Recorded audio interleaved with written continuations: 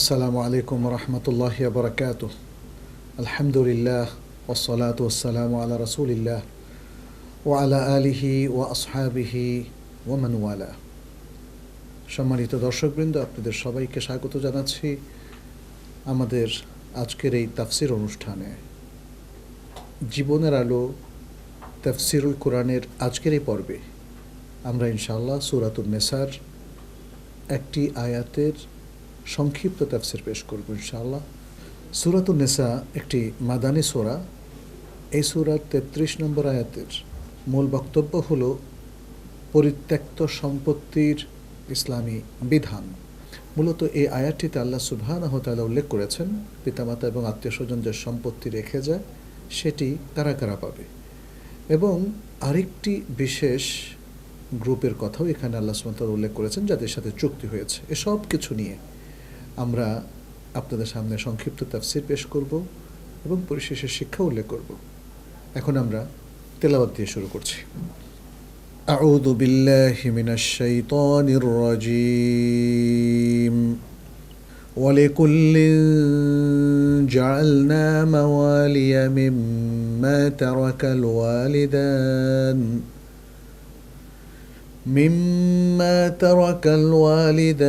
والأقربون والذين عقدت أيمانكم فآتوهم نصيبهم إن الله كان على كل شيء شهيدا। প্রথমেই শব্দার্থ। আল্লাহ সুবহানাহু ওয়া তাআলা বলছেন ওয়ালিকুল্লিন, এবং প্রত্যেকের জন্যেই জাআলনা, আমরা নির্ধারণ করে দিয়েছি।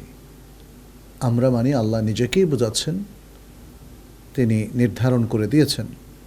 মাওয়ালিয়া আই ওয়ারাথা, অর্থাৎ উত্তরাধিকারী। মিম্মা তারাকাল ওয়ালিদান, সেই সম্পত্তি থেকে যা ছেড়ে গিয়েছেন বাবা মা। ওয়াল আকরাবুনা, এবং আত্মীয় স্বজন। আকরাব শব্দের বহুবচন আকরাবুন। ওয়াল্লাযীনা আকাদাত আইমানুকুম, এবং যাদের সাথে তোমাদের চুক্তি হয়েছে। ফাআতুহুম, তাদেরকে তোমরা প্রদান করো। নাসীবাহুম, তাদের অংশ। ইন্নাল্লাহা, নিশ্চয় আল্লাহ। কানা আলা কুল্লি শাইইন, সব কিছুর উপর। শাহিদা, প্রত্যক্ষদর্শী, পর্যবেক্ষক।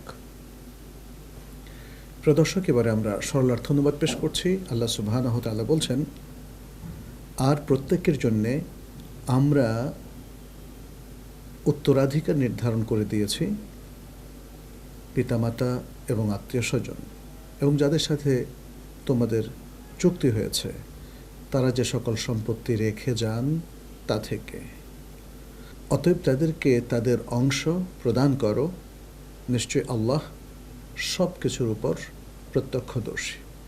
যেমনটি আমরা বলেছিলাম প্রিয় দর্শক, এই আয়াতটিতে আল্লাহ সুবহানাহু ওয়া তাআলা বাবা মা আত্মীয় স্বজনের পরিত্যক্ত সম্পত্তির একটা বিধান বর্ণনা করেছেন, এবং তার সাথে আরেকটা বিষয়ও এখানে উল্লেখ করেছেন। যাদের সাথে আত্মীয় স্বজনের অথবা ব্যক্তির কোনো বিশেষ চুক্তি হয়ে থাকে। বিশেষ চুক্তি বলতে এখানে কি বোঝানো হচ্ছে? এখানে বোঝানো হচ্ছে যে দুটো সম্প্রদায়ের মধ্যে বা দুদল লোকের মধ্যে এক ধরনের ভ্রাতৃত্বমূলক চুক্তি, এবং এই ধরনের লেখাপড়া যে তারা শয়নে স্বপনে এবং সব জায়গায় তারা একসাথে থাকবে, এবং কেউ মারা গেলে আরেকজন তার ওয়ারিস হবে। এই যে একটা চুক্তি এবং লিপিবদ্ধ একটা প্রতিশ্রুতি, এই কারণে তারা একে অপরের ওয়ারিস হবে, এই বিষয়টি এখানে চলে আসছে। তো এখানে দেখা যায় যে অতীতে একটা সময় এই ধরনের চুক্তি মুসলমানদের মধ্যে হয়েছিল, যেমনটি নবী সাল্লাল্লাহু আলাইহি সাল্লাম আনসার এবং মুহাজিরদের মধ্যে মুআখাতের যে চুক্তিটি করেছিলেন, এতে একে অন্যের তারা ওয়ারিস হতো। আনসাররা মুহাজিরদের এবং মুহাজিররা আনসারদের তারা ওয়ারিস হতো। পরবর্তীতে এই ধরনের চুক্তি এটা মানসুখ হয়ে যায়, যেটি জমহুর উলামায়ে কেরামের বক্তব্য। পরবর্তীতে সূরাতুল আনফালের ৭৫ নম্বর আয়াত, ওয়া উলুল আরহামে বা'দুহুম আউলা বিবা'দিন ফি কিতাবিল্লাহ, নিকটবর্তী আত্মীয় স্বজনের একদল আরেক দলের চাইতেও অনেক বেশি করিব, অনেক বেশি উত্তম আল্লাহর কিতাবে।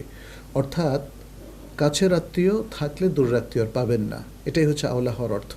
এই আয়াতটি দ্বারা জমহুর উলামায়ে কেরাম বলেন যে ওয়াল্লাযীনা আকাদাত আইমানুকুম, এই অংশটি মানসুখ হয়ে গিয়েছে, ফলে এই ধরনের চুক্তির প্রথা আর ইসলামের মধ্যে নেই।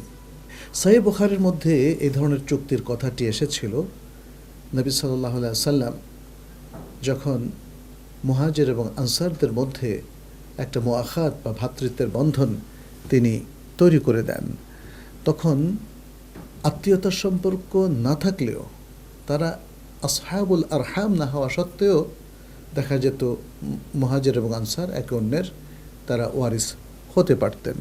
এরপর আল্লাহ সুবহানাহু ওয়া তাআলা কি বললেন, ওয়াল্লাযীনা আকাদাত আইমানুকুম, তোমাদের সাথে যাদের চুক্তি হয়েছে, এই অংশটা আর ওয়ারিস হিসাবে বাকি থাকলো না।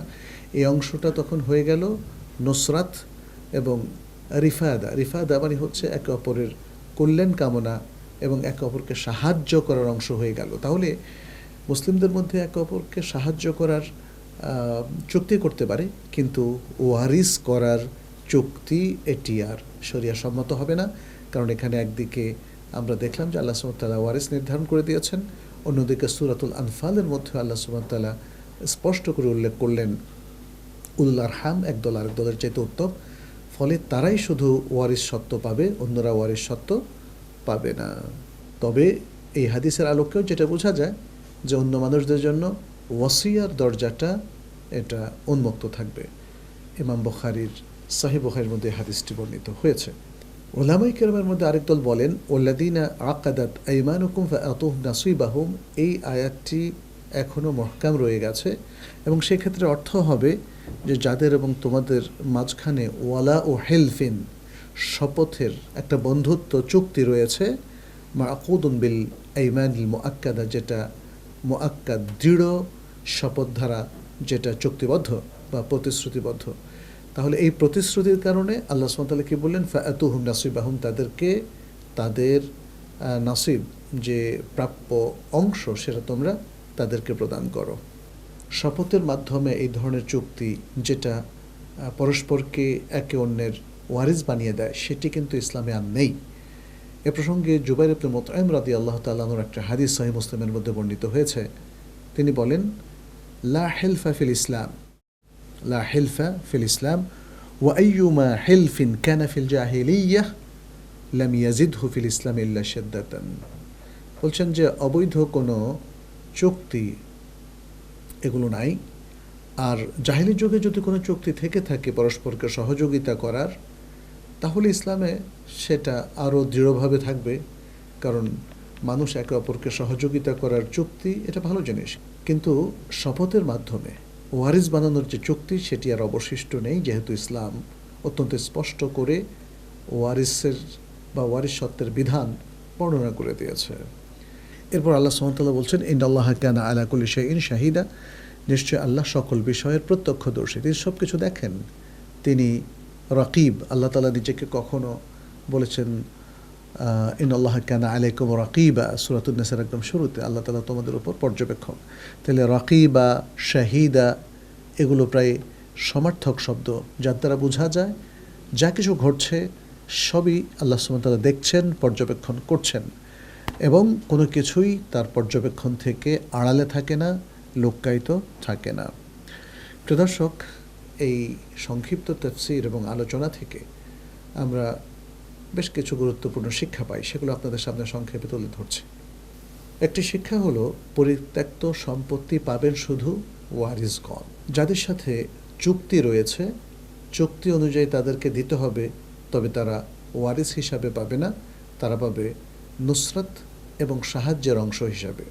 আরেকটি অন্যতম শিক্ষা হলো, যারা ওয়ারিস নন তাদের জন্য ওসিয়ত করা যাবে। ওয়ারিস হওয়ার চুক্তিটি এখন আর কার্যকর নেই, অতএব এই ধরনের শপথ কিংবা চুক্তির মাধ্যমে অন্য মানুষকে বা দূরের কোনো আত্মীয়কে ওয়ারিস বানানো যাবে না। সর্বশেষ যেটি আমরা এই আয়াত থেকে জানতে পারি সেটি হচ্ছে আল্লাহ সুবহানাহু ওয়া তাআলা সকল বান্দার সব ধরনের কার্যক্রম তিনি পর্যবেক্ষণ করেন, দেখেন এবং এ ব্যাপারে তিনি বিহিত ব্যবস্থা গ্রহণ করবেন। প্রিয় দর্শক, এই শিক্ষাগুলো অর্জনের মধ্য দিয়ে আসুন আমরা আমাদের জীবনকে গড়ি, আলোকিত করি এবং আল্লাহর নির্দেশ পুঙ্খানুপুঙ্খরূপে মেনে নেই। আজ এ পর্যন্তই। হাদা সাল্লাল্লাহু ওয়াসাল্লাম আলা নবিয়ানা মুহাম্মদ ওয়া আলা আলিহি ওয়া আসহাবিহি আজমাইন। আসসালামু আলাইকুম ওয়া রাহমাতুল্লাহি ওয়া বারাকাতুহু। ذلك الكتاب لا ريب فيه هدى للمتقين